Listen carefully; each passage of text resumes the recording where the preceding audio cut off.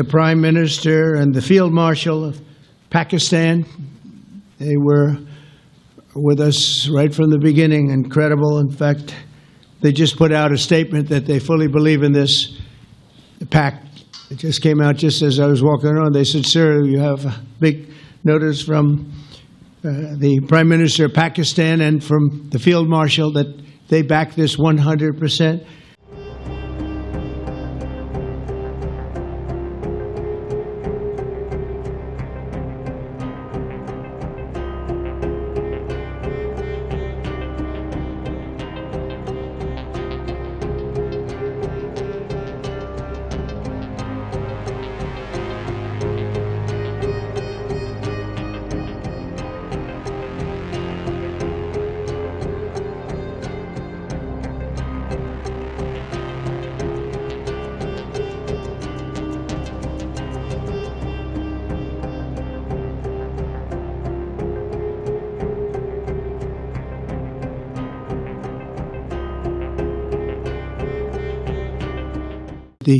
The level of support that I've had from the nations in the Middle East and surrounding Israel and neighbors of Israel has been incredible, incredible. Every single one of them.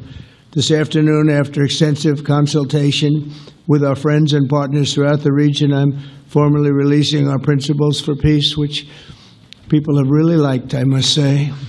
And these are done not just routinely done, these are done with total consideration and working with the nations that we're talking about. All of these nations have made contributions to those suggestions. I want to thank the leaders of many Arab and Muslim nations for their tremendous support in developing the proposal, along with many of our allies in Europe. And I want to just say that my meetings and dialogue that we had with so many countries, Saudi Arabia as an example, the king is a phenomenal person. The Emir of Qatar, he's an incredible people. UAE, and that's MBZ and ABZ. We're totally involved. These are the people that we've been dealing with and who've been actually very much involved in this negotiation, giving us ideas, things they can live with, things they can't live with. Pretty complex. I mean, after 2,000, 3,000 years, whatever it is, I guess it's got to be a little complex, or it would have been done a long time ago. The King of Jordan was with us, as you know, in the United Nations. The President of Turkey, President Erdogan, is a friend of mine, a strong man, but a good man. President of Indonesia, somebody who's an amazing leader. Prabowo, he is an amazing leader and respected by everybody. He was in the room with us. We were together with most of these people that I'm mentioning. Others were by phone or the next day. The Prime Minister and the Field Marshal of Pakistan, they were with us right from the beginning. Incredible. In fact, they just put out a statement that they fully believe in this pact. It just came out just as I was walking on. They said, "Sir, you have a big notice from the Prime Minister of Pakistan and from the Field Marshal that they back this 100%.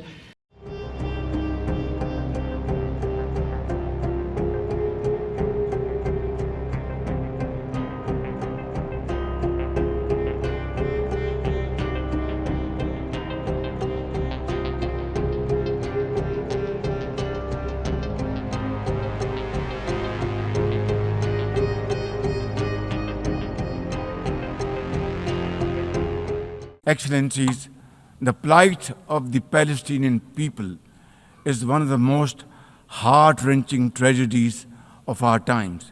This prolonged injustice is a stain on the global conscience and our collective moral failure. For nearly 80 years, the Palestinians have courageously endured Israel's brutal occupation of their homeland in the West Bank. Each passing day brings new brutality, illegal settlers who terrorize and kill with impunity, and nobody can challenge them and question them. And in Gaza, Israel's genocidal onslaught has unleashed unspeakable terror upon women and children in a manner we have not witnessed in annals of history. In blind pursuit of its nefarious goals, the Israeli leadership has unleashed a shameful campaign against the innocent Palestinians, which history will always remember as one of its darkest chapters. Therefore, we cannot and we must not fail these children of Gaza or any child anywhere in the world. We must find a path to a ceasefire now and just now. Pakistan firmly supports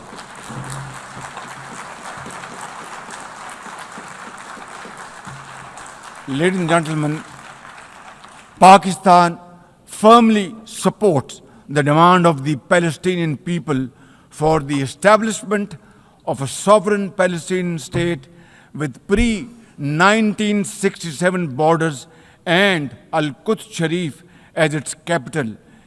Palestine can no longer remain under Israeli shackles. It must be liberated, and liberated with full commitment and with full force.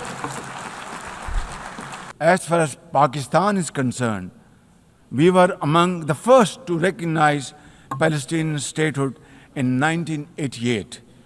And now we welcome the recognition of the state of Palestine by a number of countries recently around the globe, and urge others to also follow suit, because time and tide wait for none.